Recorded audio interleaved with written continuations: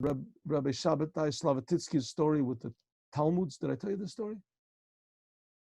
No? Anybody here? No one listening? We're all here. Okay, good. So I'll tell you the story. I thought maybe somebody would answer. Okay, here's the story. Somebody sent me this on a video on, what is it, on WhatsApp or something. Very good. First of all, Rabbi Shabbatai Slavatitsky is a very interesting speaker, a very interesting person, a very, yes.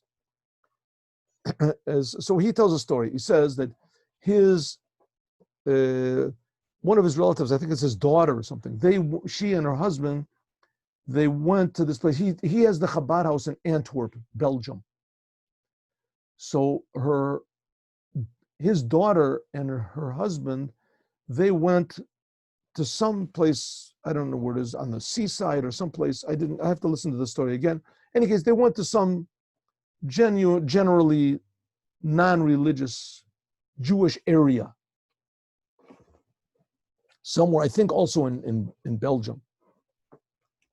And they were going from house to house, knocking on the doors and asking people if, the mezuzahs or handing out candles for Shabbos, asking if the man wanted to put on tefillin. Usually the doors, they have like little mezuzahs on the door. Most of the mezuzahs are not kosher, and most of them are just the house for the mezuzah. The mezuzah is the parchment inside.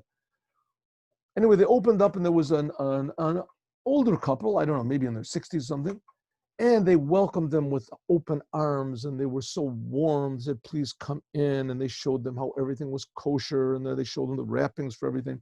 And the man said he already puts on tefillin every day, and the woman says, oh, I already light candles. And they were very happy. But the lady said that you should know, they sat down, they talked, said, but you should know that we all weren't like this always. We weren't always like this.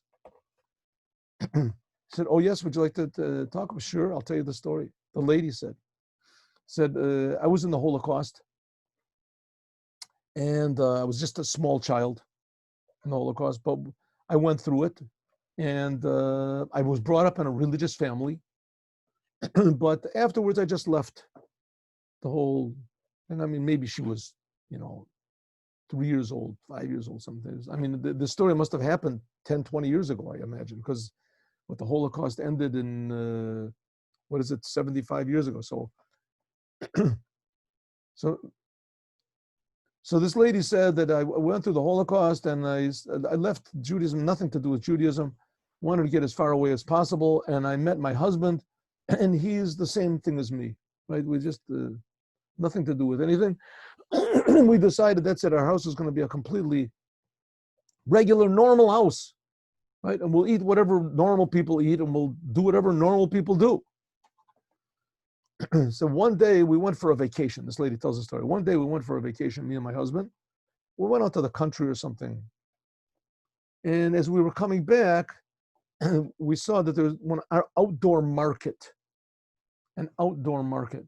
Outdoor markets that people come, especially the poor people also, they come from all over. They set up tables and they sell things. This lady, she has a pumpkin to sell, and this one she made something in her house and made a statue, and there's a salted fish. Anyway, whatever they have, they sell. So they were driving. They wanted to get out anyway, so they got out and they looked around. It's it's interesting. You go through the market, it's lively, and they noticed there's a line of tables with these older ladies sitting at the tables, and they spaced the tables a little bit far, one from the other. And they noticed that all the ladies were sitting and that their feet were like raised up on something. Their feet were like raised up, close to their chest. So it caught their eye. The lady said it just caught her eye, that all these ladies they had their feet on some sort of books. So she had a look at one of these books on the side, whatever, when the lady went over to take care of somebody. And she saw that there were Talmuds. There were volumes of Talmud.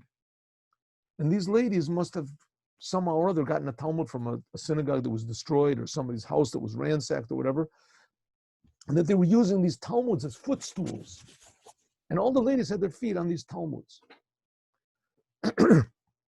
So there was, I don't know, 10 tables or something, and everybody had 2 volumes, 3 volumes, however it was, 8 tables.